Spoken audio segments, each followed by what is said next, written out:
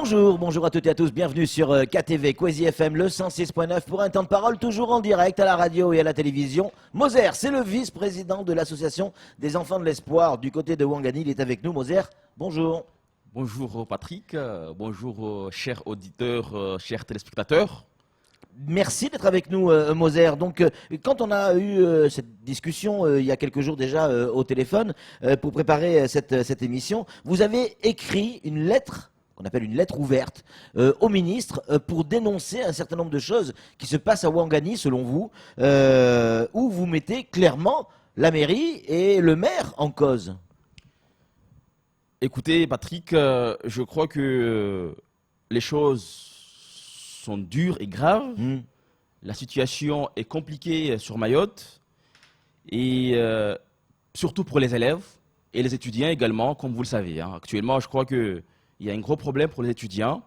Je tiens d'abord à souligner 2 ou 3 choses avant de revenir à votre question, notamment sur le logiciel du Parcoursup. Vous n'êtes pas sans savoir qu'actuellement, il y a entre 15 000 et 40 000 étudiants qui sont sans affectation. Ouais. Et c'est encore plus vrai à Mayotte.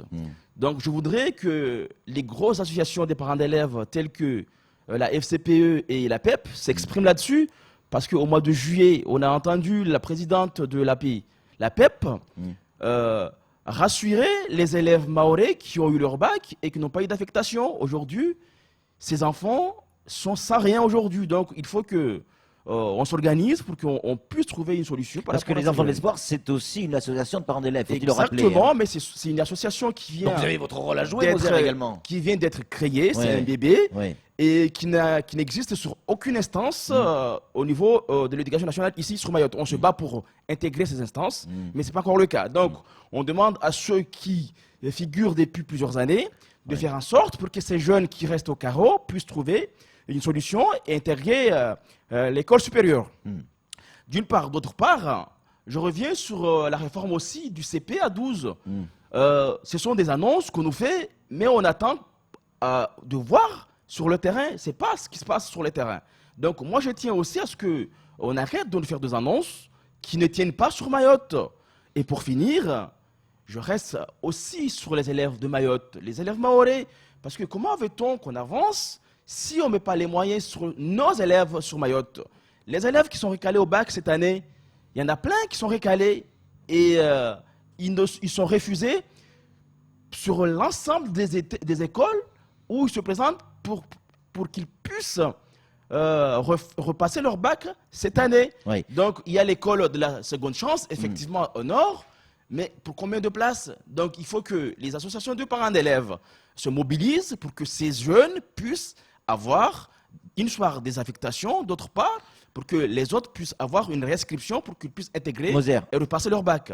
Cette lettre ouverte que vous avez envoyée au ministre de l'Éducation nationale, notamment quand il était à Mayotte, il n'y a pas si longtemps que ça, vous faites référence effectivement à des fonds d'argent public, on parle d'argent public, qui ont été donc versés à la commune de Ouangani dans le but de mettre en place les rotations et les rythmes scolaires. Ces fonds, a priori, ont été dépensés, mais vous dites, et c'est l'association qui le dit, qu'on n'a pas trace de l'utilisation de ces fonds. Ils sont où? Écoutez Jean-Claude, non, Jean-Claude, Patrick, excusez-moi. Allez-y François, allez-y. Donc, je crois qu'il faut remonter un peu l'histoire pour que les gens puissent comprendre, la population puisse comprendre notre combat. Parce que c'est un combat qui date depuis plus de 4 ans. En 2016, on était venu ici sur le plateau pour justement dénoncer ces agissements sur justement la consommation des fonds qui sont alloués pour l'école.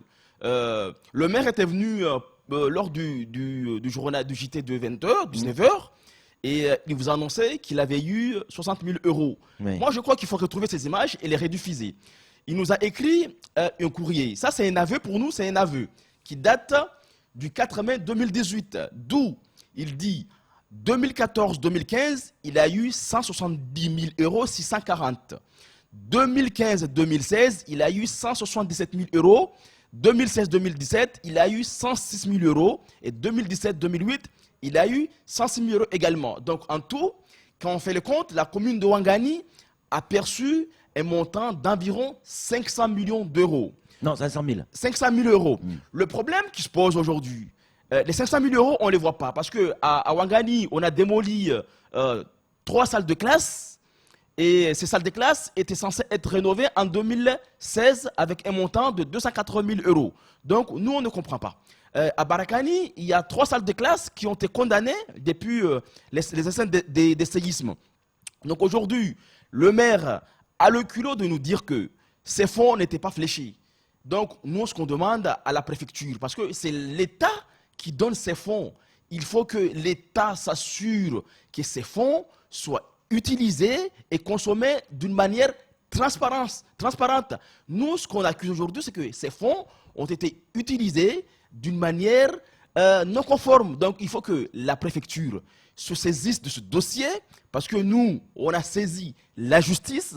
D'accord, Moser, mais comment ils ont été utilisés? Vous dites non conformes. C'est-à-dire que selon vos informations, ils ont servi à quoi ces fonds? Parce qu'on avait suivi le dossier, on avait reçu effectivement le maire de Ouangani. Et du reste, on l'invite à nouveau à venir s'exprimer sur le plateau, à disposition, bien évidemment. On sait qu'il y avait des matelas qui devaient être achetés, des rénovations de salles de classe. Il y avait également des tablettes qui ont été achetées. Enfin, je veux dire, cet argent, il a quand même été dépensé, Moser. Non, mais vous savez, c'est bien que les élus ou le maire dit qu'il a dépensé, il a acheté tel produit. Nous, on veut bien. Mais quand on vous demande de nous montrer les produits achetés, ou quand on vous demande de justifier les dépenses, vous êtes incapable de le faire. Pour les tablettes, justement, c'est depuis 2009. Oui. C'est de l'argent du réserve parlementaire depuis 2009, des montants de 75 000 euros. Donc, le maire nous dit qu'il a acheté les tablettes, 120 tablettes, d'une valeur de 625 euros. OK, parce que justement, sur le programme des élèves, ils ont une partie informatique. On s'était réjoui que nos enfants vont être initiés à l'informatique. Mais on demande au maire, ça va faire 10 ans, qu'on demande au maire de nous montrer, de ne pas les amener dans les écoles, parce qu'il nous dit qu'il n'y a pas de sécurité dans les écoles, ils peuvent être volés. OK, on lui demande d'une part, on s'est proposé. Monsieur le maire, quand il avait un fils à Sada, pour l'amener à l'école à Barakani, il dépêchait le coursier de la mairie pour aller chercher son gamin, le déposer à l'école, le ramener après. Mais on lui a proposé, monsieur le maire, proposer le coursier, les enseignants vont faire un programme le jour et l'heure sur lesquelles ils vont utiliser les tablettes. Le coursier va les déposer dans les écoles et à la fin de la séance, il passera à les récupérer. Il est incapable de faire ça parce que non seulement il est incapable de faire ça, mais il est incapable de nous montrer les tablettes du visu, mais encore plus, il est incapable de nous montrer les factures. Donc du coup, nous, on ne comprend pas. On essaye justement d'être dans le dialogue, dans la transparence, pour que justement, quand il fera son bilan en 2020, nous, on semble être là pour l'aider. Il pourra nous dire, il pourra dire à la population, ben écoutez, revote encore pour moi, parce que j'ai mis en place des tablettes, j'ai mis en place un réfectoire, j'ai mis en place je ne sais quoi. C'est tout bénef pour le maire, mais on a l'impression de parler à un mur depuis 4 ans. Voilà, c'est ce qu'on est. Donc selon vous, sur cette histoire de tablettes, selon vous, il n'a pas acheté de tablettes ou il les a achetées?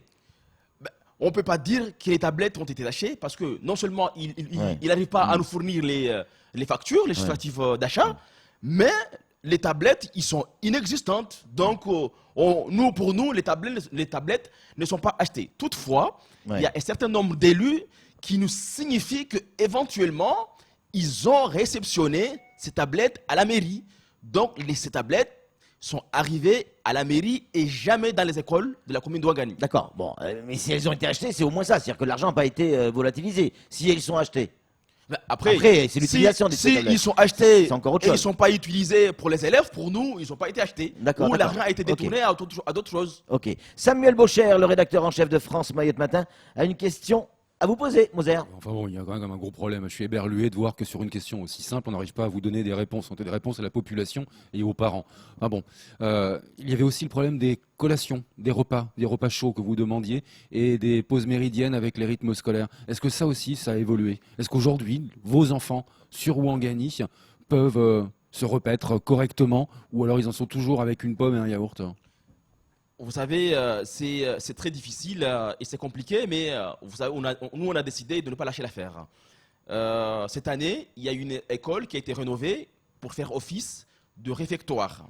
mais qui n'est pas encore ouvert et qui n'est pas encore équipé.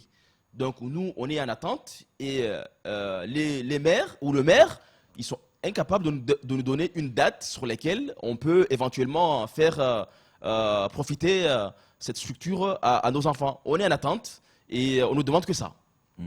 Moser, moi je suis à mi-chemin. On demande effectivement qu'à vous entendre et à vous croire, mais vous avez quand même un discours politique. Parce que là, on est dans le cadre d'une association de parents d'élèves avec les enfants de l'espoir. Donc, on se dit, bon, ben ok, on va parler des difficultés de ces enfants. Et là, vous avez un discours politique par rapport à l'élection de 2020. Est-ce que vous êtes candidat à la mairie de Ouangani? Mais écoutez, présenter tout est politique, Patrick. On ne peut pas parler de l'école, de l'éducation, ça parle du politique. Les gens qui prennent les décisions pour nos enfants, ce sont les politiques. Ouais. Donc, aujourd'hui, le maire, il s'appelle Ali Ahmed Maradona. Donc, nous, parents d'élèves, on s'attelle à ce que le maire prenne ses engagements. 2020 va arriver. Que je sois candidat ou pas candidat, d'ailleurs... Est-ce que ça amène du crédit ou pas à votre discours? Que je sois candidat, Patrick, ou non, ça n'empêche à rien à ce que le maire fasse son travail. D'accord? Oui. Donc, mais sur les dénonciations que vous faites aujourd'hui, je crois qu'en 2015, si vous êtes un concurrent du maire, en 2015, je n'étais pas candidat et j'étais sur le terrain. En 2016, je n'étais pas candidat et j'étais sur le terrain. Aujourd'hui, en 2018, ça ne change rien sur mon combat et sur mes engagements. Que ce soit sur 2020, 2021, maire ou pas maire, ça on verra au jour J. Les enfants.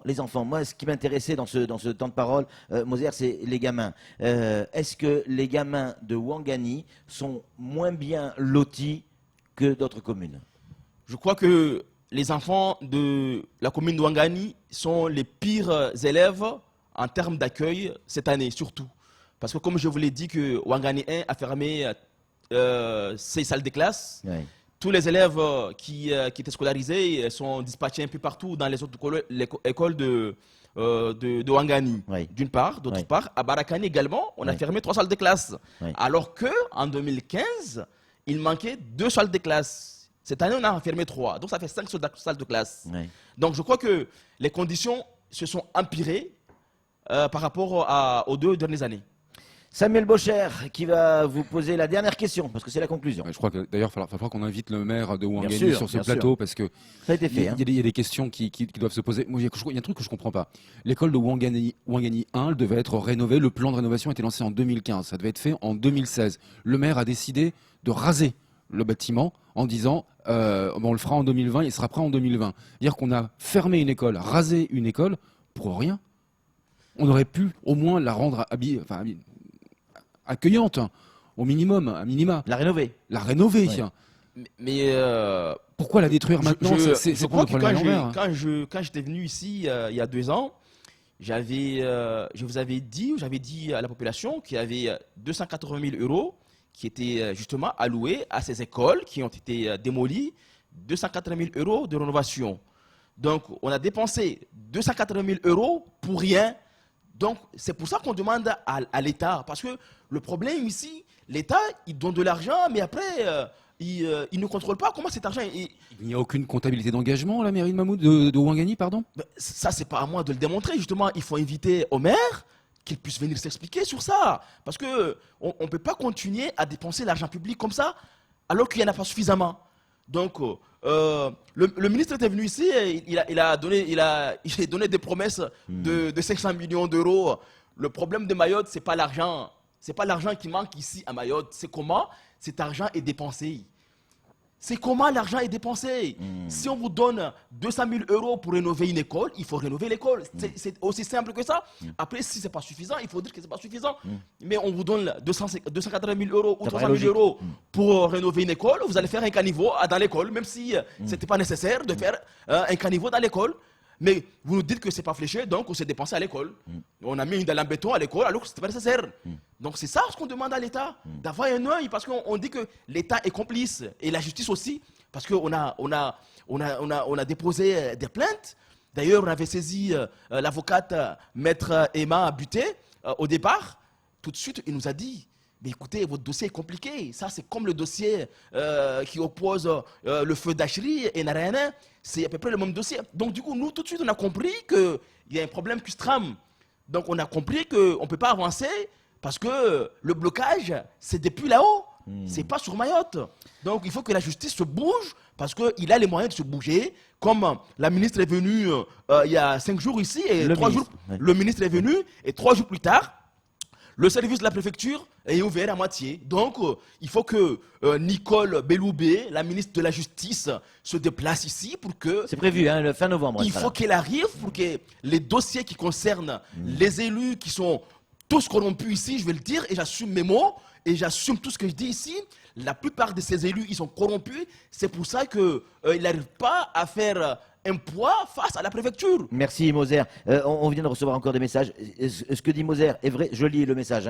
L'État donne les sous, c'est vrai, mais ne contrôle pas suffisamment ses dépenses. En tout cas, vous avez des fans qui écrivent, et c'est plutôt une bonne chose. D'autres messages qui viennent d'arriver. Bonjour, les accords non respectés de manière non transparente avec les parents, tout simplement retourner sur la table pour une transparence. C'est-à-dire en clair qu'il faudrait remettre sur la table cette négociation, Samuel. Mais tout à fait, ce que dit Moser est totalement vrai, puisque la Chambre originale des comptes épingle régulièrement les collectivités en disant qu'il n'y a pas de comptabilité d'engagement dans les collectivités et que les restes à réaliser sont très très importants. On invite le maire de Ouangani à venir sur ce plateau pour s'exprimer, parce que sur Kwezi on reçoit tout le monde, ceux qui ont des choses à dire, à dénoncer, comme Moser, mais j'aimerais aussi recevoir le maire de Ouangani. Donc l'invitation est lancée officiellement, monsieur le maire. Vous êtes invité sur le plateau de Kwezi dès la semaine prochaine pour nous donner votre version des faits, comme vous l'avez fait la dernière fois, c'était il y a 2 ans si ma mémoire est bonne.